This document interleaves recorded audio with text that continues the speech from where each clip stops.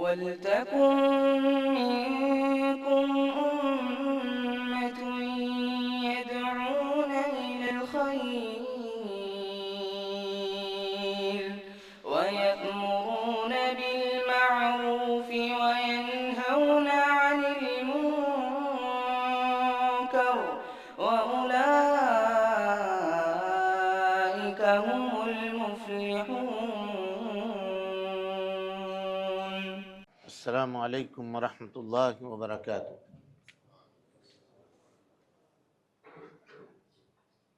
الحمد للہ رب العالمین والعاقبۃ للمتقین وصلی وسلم علی المبعوث رحمۃ للعالمین۔ اللہم لا علم الا ما علمتنا وزدنا علما یا کریم۔ محترم حاضرین، دوستو، بزرگوں اور ساتھیوں، بعد نماز فجر کے اس درس میں ہم آپ کے سامنے جنت اور جہنم کے سلسلے میں اللہ تعالیٰ کی کتاب اور نبی صلی اللہ علیہ وسلم کی سنت میں جو کچھ وارد ہے، جو کچھ، وہ ساری چیزیں انشاءاللہ بیان کرنے کی کوشش کریں گے، اس لیے کہ کسی بھی چیز کی چاہت کرنا یہ اسی وقت ممکن ہے جب ہم اس چیز کی قیمت کو سمجھیں، اور اس چیز کی قیمت کو سمجھنے کے لیے اس کی کیفیت، اس کی بناوٹ، اس کی حقیقت، اس کی اصلیت کو جاننا ضروری ہے۔ جنت و جہنم یہ ہمارے ایمان کا حصہ ہے۔ ایمان بالیوم الآخر میں جنت اور جہنم کے اوپر ایمان لانا ضروری ہے۔ اگر کوئی آدمی جنت کا انکار کرے یا جہنم کا انکار کرے، وہ مومن نہیں ہو سکتا۔ اور ایمان کی اگر یہ بات ہے تو یہ عقیدے کی بات ہے، اور عقیدہ جب ہمارا ہے، ہم جانتے ہیں کہ جہنم ہے، ہم جانتے ہیں کہ جنت ہے، اس کے بعد بھی جنت جانے کے اعمال اگر ہم انجام نہیں دے رہے ہیں اور جہنم سے بچنے کے اعمال ہم انجام نہیں دے رہے ہیں، تو اس کا مطلب یہ ہے کہ کہیں نہ کہیں ہمارے علم میں خلل ہے، ہماری جانکاری میں کہیں نہ کہیں کچھ غیب ہے جس کو ہم پورا نہیں کر سک رہے ہیں۔ تو آئیے اس رمضان المبارک کی مبارک ساعتوں میں ہم اپنے ایمان کی تجدید کریں، اور اللہ سبحانہ و تعالی نے جو نعمتیں تیار کر رکھی ہیں ان کے بارے میں جانیں، اور جو عذاب اللہ سبحانہ و تعالی نے تیار کر رکھی ہے اس کے بارے میں بھی ہم جانیں۔ ابتدا ہم جہنم سے کریں گے تاکہ انسانوں کے دل کے اندر خوف پیدا ہو، اور پھر اس کے بعد جنت کا ذکر آپ کے سامنے کیا جائے گا تاکہ اس کی طلب اور اس کو حاصل کرنے کی چاہت انسان کے دل میں پیدا ہو۔ جہنم یہ ایک ایسی جگہ ہے جس کو اللہ سبحانہ و تعالی نے کفار کے لیے پیدا کیا ہے، ان لوگوں کے لیے جو اللہ سبحانہ و تعالی کی نافرمانی کرنے والے ہیں، اللہ تعالی کی شریعت سے انکار کرنے والے ہیں، اس کے رسولوں کو جھٹلانے والے ہیں۔ جہنم ایک ایسی عذاب کی جگہ ہے جہاں اللہ تعالیٰ اپنے دشمنوں کو سزا دے گا۔ یہ وہ قید خانہ ہے جہاں اللہ سبحانہ و تعالیٰ اپنے مجرموں کو جیل کے سلاخوں کے پیچھے ڈالے گا۔ یہ سب سے بڑی ناکامی ہے، سب سے بڑا گھاٹا ہے، اس سے بڑے گھاٹے کا تصور نہیں کیا جا سکتا۔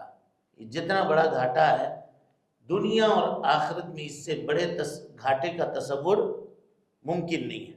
اللہ تعالیٰ فرماتا ہے خود قرآن مجید کے اندر، ربنا انک من تدخل النار فقد اخزیتہ، اے ہمارے رب، تو نے جس کو جہنم میں داخل کر دیا اس کو تو نے رسوا کر دیا، اس کو تو نے رسوا کر دیا۔ وما للظالمین من انصار، اور ایسے ظالموں کا کوئی مددگار نہیں ہوگا۔ ایک جگہ اللہ کہتا ہے الم یعلموا، کیا یہ نہیں جانتے انہ من یحادد اللہ ورسولہ، جو اللہ اور اس کے رسول کے حکموں کی نافرمانی کرتے ہیں، فَأَنَّ لَهُ نَارَ جَهَنَّمْ، کہ اللہ نے ان کے لیے جہنم کی آگ تیار کر رکھی ہے، خالدین فیہا، جہاں یہ ہمیشہ رہیں گے، ذَلِكَ الْخِزْيُ الْعَظِيمُ، کہ یہ بہت بڑی ناکامی ہے، بہت بڑی ناکامی ہے۔ اسی طرح ایک جگہ اللہ تعالیٰ فرماتا ہے ان الخاسرین الذین خسروا انفسهم، وہ لوگ جنہوں نے خسارہ اٹھایا، جو گھاٹا اٹھانے والے میں ہیں، اپنے نفس کے اندر، اپنے مال، اپنے بال بچوں کے اندر، اپنے خاندان، اپنے اہل و عیال کے اندر، قیامت کے دن کہا یہ وہ لوگ ہیں جن کو اللہ سبحانہ وتعالی جہنم رسید کرنے والا ہے۔ الا ذلک هو الخسران المبین، کہا یہ بہت بڑا گھاٹا ہے، بہت بڑا گھاٹا ہے۔ اور یہ گھاٹا کیوں نہ ہو؟ اللہ سبحانہ وتعالی نے کس طرح سے اس کے عذاب کا تصور کیا ہے، عذاب کو بیان کیا ہے، جس کا ہم تصور نہیں کر سکتے۔ قلم لکھنے سے عاجز ہے، زبان بولنے سے قاصر ہے، ان عذابوں کا ذکر اور تذکرہ اللہ تعالیٰ کہتا ہے انہا ساءت مستقرا و مقاما، ٹھہرنے کے اعتبار سے، اترنے کے اعتبار سے، رہنے کے اعتبار سے جہنم سے بری کوئی جگہ نہیں۔ انہا ساءت مستقرا و مقاما، ایک جگہ اللہ تعالیٰ کہتا ہے جہنم، جہنم ہے یصلونہا، جہاں یہ کفار، جہاں یہ مشرکین، جہاں اللہ اور اس کے رسول کے نافرمانی کرنے والے یہ لوگ داخل ہوں گے، وبئس المہاد، بہت برا ٹھکانہ ہے یہ جہنم، بہت برا ٹھکانہ ہے۔ جس کو اللہ سبحانہ وتعالی خود برا کہہ رہا ہو، یہ کتنا خطرناک، کتنی خطرناک جگہ ہوگی، اس کا اندازہ آپ لگا سکتے ہیں۔ یہ ان باتوں کے جاننے کے بعد سب سے پہلی چیز جو ہمیں اور آپ کو جاننی ہے وہ یہ کہ ہم کو اور آپ کو کامل اور مکمل عقیدہ اور یقین رکھنی ہے اس بات کے اوپر کہ جنت اور جہنم یہ دونوں بنائے جا چکے ہیں۔ دونوں کیا ہیں؟ بنائے جا چکے ہیں، دونوں تیار کیے ہوئے ہیں، بلکہ اللہ سبحانہ وتعالی نے جنت و جہنم کو پہلے بنایا اور اس کے بعد اس کے لیے مخلوق کو تیار کیا۔ اس کے بعد جنت اور جہنم یہ تیار کیے جا چکے ہیں۔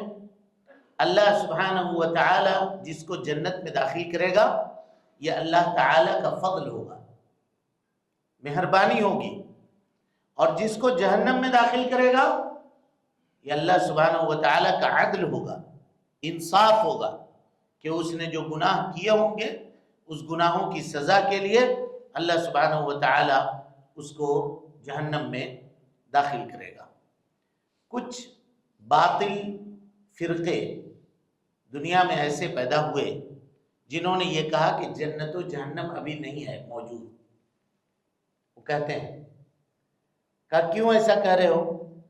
کہ اگر اللہ تعالیٰ جنت ابھی سے بنا دیتا تو جنت پرانی نہیں ہو جاتی، اور جہنم جب اس کے لیے مخلوق ابھی نہیں ہے تو اس کو ابھی سے بنانے کا کیا مطلب ہے؟ اس کو اسی وقت اللہ سبحانہ وتعالی پیدا کرے گا۔ اب ان کی عقلوں کے اوپر ماتم کیجئے۔ ہم آج سے یہ پلاننگ کرتے ہیں ہمارا بیٹا کہاں رہے گا یہ نہیں، پوتا کہاں رہے گا اس کی فکر ہوتی ہے، اس کے لیے بلڈنگ بناتے ہیں، اس کے لیے مکان بناتے ہیں، وہ مکان پرانا تو نہیں ہوتا۔ اور اللہ سبحانہ وتعالی نے جنت میں جو نعمتیں بنا رکھی ہیں مومنوں کے لیے، کیا وہ پرانا ہو جائے گا؟ ہاں بولیے، کیا وہ پرانا ہو سکتا ہے؟ ہم اپنے کاموں کے اوپر اللہ سبحانہ وتعالی کے کام کا موازنہ نہیں کر سکتے۔ ہم مخلوق ہیں، وہ خالق ہے سبحانہ وتعالی۔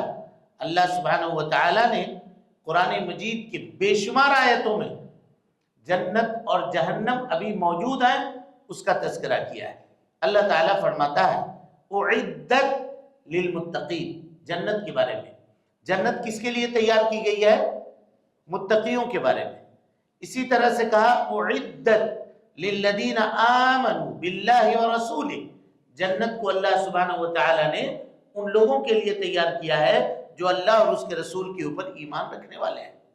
اور جہنم کے بارے میں کیا کہا؟ اعدت للکافرین، جہنم کس کے لیے بنائی گئی ہے؟ بولیے، کافروں کے لیے بنائی گئی ہے۔ کہا ان جہنم کانت مرصادا، جہنم گھات لگا کر کے بیٹھی ہوئی ہے۔ اگر یہ بنائی نہیں گئی ہے تو گھات لگا کر کے کیسے بیٹھی ہوئی ہے؟ سوچئے، گھات لگا کر کے یعنی نشانہ کر کے۔ شکاری جب شکار کو مارتا ہے تو پہلے وہ بیٹھا ہوتا ہے، دیکھتا ہے اس کی نقل و حرکت کو، اور جہاں ذرا موقع ملا اس کو مار دیتا ہے۔ اسی کو کہتے ہیں گھات لگا کر کے بیٹھنا۔ تو جہنم ہمارے اور آپ کے لیے گھات لگائی ہوئی ہے۔ کون ہے جو اللہ کی نافرمانی کرتا ہے؟ کون ہے جو اللہ سبحانہ وتعالی کے حکموں کو نہیں مانتا؟ وہ کون ہے جو بے نمازی ہے؟ وہ کون ہے جو کلمہ کا اقرار نہیں کرتا؟ وہ کون ہے جو کلمے کے تقاضے کو پورا نہیں کرتا؟ اس کو اپنے اندر یہ لینے کے لیے گھات لگا کر کے بیٹھی ہوئی ہے۔ اللہ کے نبی صلی اللہ علیہ وسلم نے جنت کو دیکھا۔ کب دیکھا؟ معراج میں۔ اور کہاں پر دیکھا؟ سدرۃ المنتہا کے پاس۔ سدرہ کہتے ہیں بیر کو، یہ جو بیر ملتا ہے نا مارکیٹ میں، یہی بیر، اس کو سدر کہتے ہیں۔ سدرۃ المنتہا 7ویں آسمان کے اوپر ایک بیری کا درخت ہے جس کے پھل جو ہیں وہ قلال حجر کی طرح سے ہیں، یعنی اتنا بڑا مٹکا جس میں تقریباً 222 لیٹر پانی آ جائے، تقریباً اتنے بڑے بڑے۔ اور اس درخت کے جو پتے ہیں وہ ہاتھی کے کانوں کے برابر ہیں۔ حدیث میں اللہ کے نبی صلی اللہ علیہ وسلم نے اس درخت کی صفت بیان کی ہے۔ وہاں پر پیارے مصطفیٰ صلی اللہ علیہ وسلم نے جنت کو دیکھا، جنت المأوا۔ صحیحین کی روایت ہے، حضرت انس رضی اللہ تعالیٰ عنہ کہتے ہیں اسراء اور معراج کے واقعے میں ثم انطلق بی جبرائیل، پھر جبرائیل مجھ کو لے کر کے چلے حتی اتا سدرۃ المنتہا، یہاں تک کہ ہم لوگ سدرۃ المنتہا کے پاس پہنچ گئے۔ جیسے سدرۃ المنتہا کے پاس پہنچے بے شمار طرح کے رنگوں نے ہمیں گھیر لیا، بے شمار طرح کے رنگوں نے۔ نبی صلی اللہ علیہ وسلم کہتے ہیں لا ادری ما ہیا، مجھے معلوم نہیں کہ وہ کیا تھے۔ کہتے ہیں ثم دخلت الجنہ، پھر میں جنت میں داخل ہوا، فَإِذَا هِيَ جَنَابِذُ اللُّؤْلُؤِ، تو میں نے جنت میں دیکھا کہ گنبد موتیوں کے گنبد ہیں۔ کس کے ہیں؟ جنابذ کہتے ہیں گنبد کو، گنبد موتیوں کے ہیں، یعنی موتی کو اندر سے کھوکھلا کر کے سوراخ کر کے اس کی گنبد نما بنا دی گئی ہے، جس میں مومنین اور مسلمین چین و سکون اور آرام کی زندگی گزار رہے ہوں گے۔ اور نبی صلی اللہ علیہ وسلم نے کہا وَإِذَا تُرَابُهَا الْمِسْكِ، جنت کی مٹی یہ مسک ہے، مشک کی خوشبو یا جو مسک ہے وہی اصل میں جنت کی مٹی ہے۔ اللہ اکبر۔